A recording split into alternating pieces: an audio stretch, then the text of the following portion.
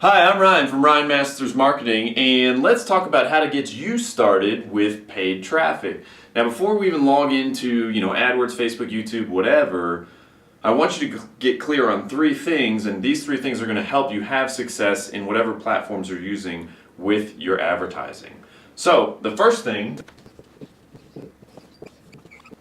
is to determine your second level objectives with these campaigns. Now, don't try to think about everything you're looking to accomplish with paid traffic. It's better to chunk it down into kind of missions or campaigns or specific things and stack them on top of each other. So what I mean by that is if you are, for example, an e-commerce company, the top level objective is probably, of course, to increase sales with paid traffic. But that's too broad.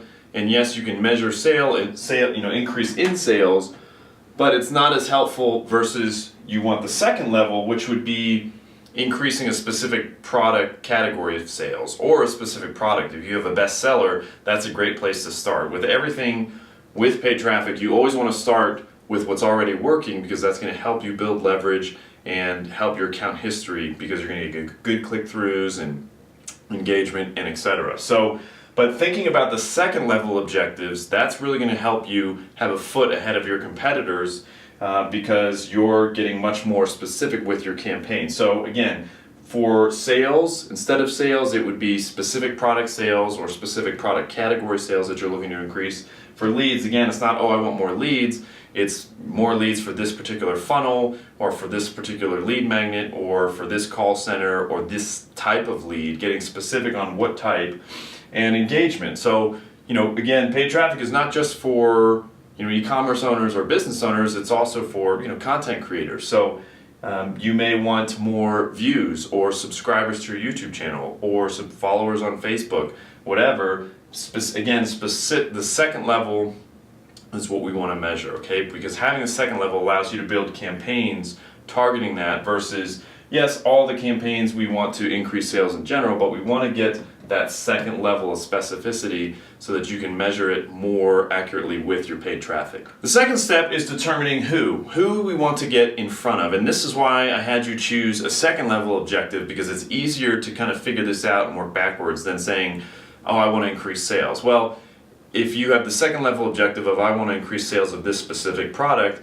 then you can go to this step and determine, all right, well, who is most likely to purchase this product? Again, we're not trying to get everybody. It's very important if you want your money to go and be returned that you focus on most likely to purchase. So if you have a particular product or product category, think about who is already buying those and what bucket do they fall in. It could be men, 18 to 34 men, something as simple as that, or it could be 18 to 34-year-old guys who are interested in X, whether X is fitness or style tips or whatever, or maybe it's 25 to 35-year-old women who are interested in skincare, or it could be solopreneurs, so maybe you want to get in front of entrepreneurs, or maybe you want to get in front of C-suite execs, CMOs, CEOs, whoever is most likely to be interested in the second level objective you set.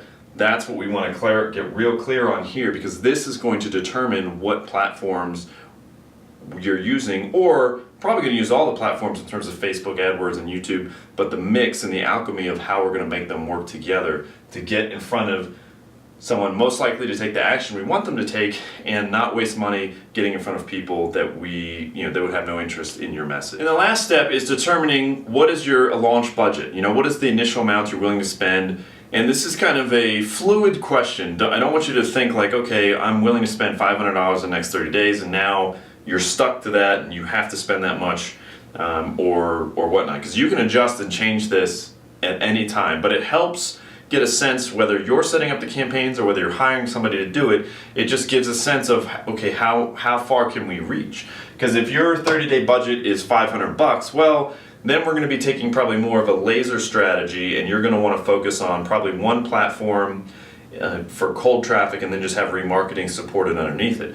But if your 30-day strategy or your 30-day launch budget is $10K, well, now we've got a little more room to get in front of more people on both YouTube, Facebook, and AdWords. So this is really going, again, you could start with $500, and if things are going well out of the gate, which usually doesn't happen because there's a learning process and a learning curve for the data to come in, but even if it does, you can always increase the budget. Or you can always scale it back. So if you start at 10,000 and after 2,500 in 3 weeks you're not getting the data or the sales or the leads or engagement you were hoping for, you can scale it back while you optimize and work on the campaigns. But having these three things, the second level objectives, who you're trying to get in front of, and the initial launch budget, having those, getting very clear on that is going to help you, again, whether you're setting up the paid traffic campaigns yourself or you're hiring somebody to do it. You want to have those three that you can hand over and discuss with them, because that's going to give you clarity on the outcomes you're trying to accomplish with paid traffic.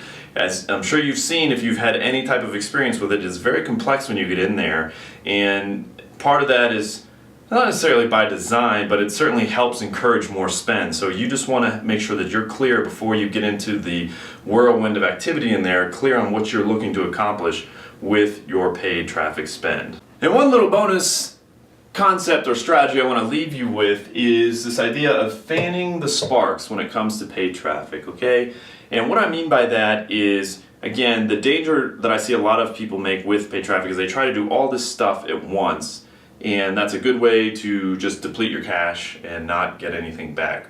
What you want to do is fan the sparks, okay? So the sparks are the things that are already working well in your business or with your audience, and putting that in front of more people who are like your audience or like your business. So for example, if you have a YouTube channel or you're a content creator, you have blog posts or you have videos, obviously if we take an 80-20 look at that, 20% of your videos or your blog posts account for 80% of your traffic or views.